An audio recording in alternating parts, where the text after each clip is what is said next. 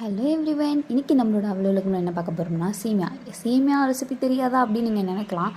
But இது நான் செய்கிற என்னோடய மெத்தட் உதிரியாலாம் இருக்காது. இது நல்லா ஜூஸியாக சூப்பராக இருக்கும் சாப்பிட. இந்த மெத்தட் தான் நான் செய்வேன். ஃபஸ்ட்டு ஒரு கடாய் வச்சு எண்ணெய் ஊற்றி கடுகு, கடலப்பருப்பு, அதுக்கப்புறம் பச்சை மிளகாய், வெங்காயம், கருவேப்பிலை இதெல்லாம் போட்டு நல்லா ஃப்ரை ஆனதுக்கப்புறம் தண்ணி நல்லா ஒரு பெரிய டம்ளர் எடுத்துக்கோங்க. இருக்கிறதுலே உங்கள்கிட்ட இருக்கிற இல்லை சொம்புனா 1.5 சொம்பு வச்சுக்கோங்க. டம்ளர்னால் ஒரு 2.5 டம்ளர் கிட்ட வச்சுக்கோங்க.